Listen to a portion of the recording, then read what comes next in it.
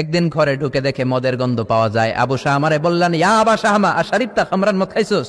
কয় না আব্বা, শারিবতু নাবিজান, নাবিজ খেয়েছি। খেয়াল রাখবেন, মদ হারাম, মদ খেলে আসিবেন, কিন্তু নাবিজ খাওয়া হালাল। নাবিজ হচ্ছে আরব দেশেরা খায়, সাদা দুধের মধ্যে রাতে শক্ত খুরমা যদি 5টা ফেলে রাখেন, সকালে ওইটা দেখবেন দুধের রং আর সাদা নাই, খুরমার রস টেনে দুধটা লাল হয়ে গেছে। এটা খেলে স্বাস্থ্যের জন্য আরব দেশে খুব ভালো, কিন্তু এটা রাতে ভিজাইলে সকালেই খাইতে হবে। এটা যদি 3 দিন রেখে দেন, 4 দিন রেখে দেন, এটা তারির মতো মদ হয়ে যাবে, মাতলামি হবে, খাওয়া যাবে না।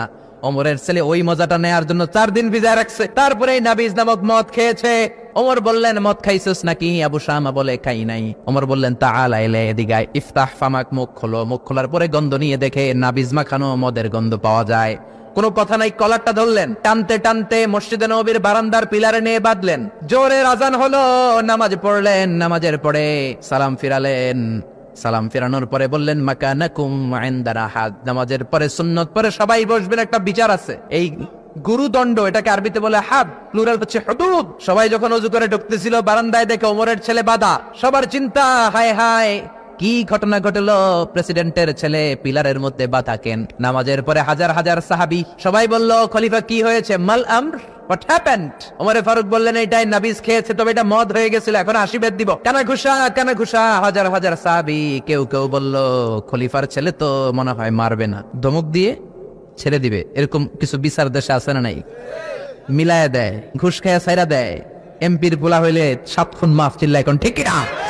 কেউ বলে না, ওমর সারার পাত্র না, তবে 80টা মারবে না, 40টা দিবে অ্যাটলিস্ট। কয়টা? ওমর ফারুক চেয়ারে বসলেন, হাজার হাজার মানুষ, পিন পতন, নীরবতা। জল্লাদরে বললেন, হাতি জিলদ মিন বাইতুল মাল, বাইতুল মালের ঘর থেকে খেজুর গাছের চামড়া দিয়ে বানানো বড় সাইজের একটা চাবুক আন, সবচেয়ে বড় টানবি। সবচেয়ে বড় টানা হলো।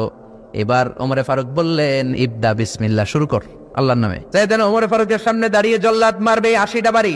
মারতে শুরু করেছে, ওয়াহিদ, ইসনাই, তালাতা। 3 বাড়ি মারার পরে ওমরে ফারুক জল্লাদকে দিলেন এক থাপ্পড়। 3 হাত দূরে যে পড়লো জল্লাদ। জল্লাদের হাত থেকে চাবুক তুলে ধমক দিলেন, তুই কি চাবুক মারোস নাকি চাকরি বাসাস? আস্তে মারলি কেন? আসলে আস্তে মারে নাই, দেখে যত জোর ছিল, ওমরের হুকুম তামিল করবে না এরকম জল্লাদ মদিনায় ছিল না। জোরে কোন ঠিক কিনা?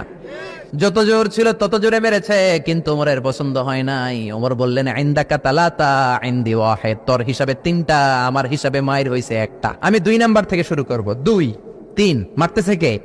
মদিনাতে ওনারসে পালোয়ান আর কেউ নাই। এক একটা বাড়ির আগাতে ওমরের ছেলে আবু শামা চিৎকার করে কাঁদে।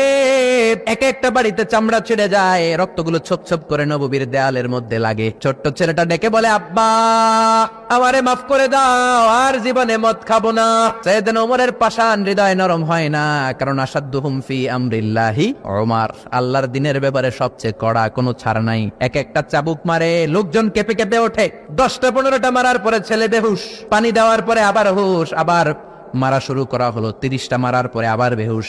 এইবার আবু শাহমার মা ওমরের বউ এসে ওমরের পা ধরে ডেকে বলে, ওমর তোমার পায়ে ধরে ক্ষমা চাই, আমার কলিজার টুকরা বাজানটারে তুমি মেরে দিও না। 80টা বেত মারতে হবে, মেরেছো 30টা, আরো মারবা 50টা। যাও ওমর, প্রতিটা বেতের বাড়ির বিনিময়ে আমি আবু শাহমার মা একটা করে ওট আল্লাহর রাস্তায় সদকা করে দেব। ওমর বলে, না আবু শাহমার মা, এটা আল্লাহর আইন, গোটা দুনিয়াটা দিলেও একটা চাবুকের বাড়ি থেকে ওরা কেউ বাঁচাতে পারবে না। মারতে লাগলেন, আবার পানি দিয়ে আবার হুশ। ওমরের বাড়ি যে খেয়েছে সে বুঝেছে। 50টা বাড়ি মারার পরে আবু শাহমা দুনিয়া থেকে শেষ। রাগে ওমর গড়গড় করছেন, বললেন, এই বেয়াদবটারে গোসল করা, জানাজা দে, কবর দে। কবর দেওয়ার পরে কবরের উপরে মারা শুরু করছে। 51, 52, 53, 80টা চাবুক মারার পরে আল্লাহরে ডেকে বলে, আল্লাহ আমার ছেলে হওয়ার কারণে কোনো পার্সিয়ালিটি করি নাই, বিচারে 2 নাম্বারই করি নাই।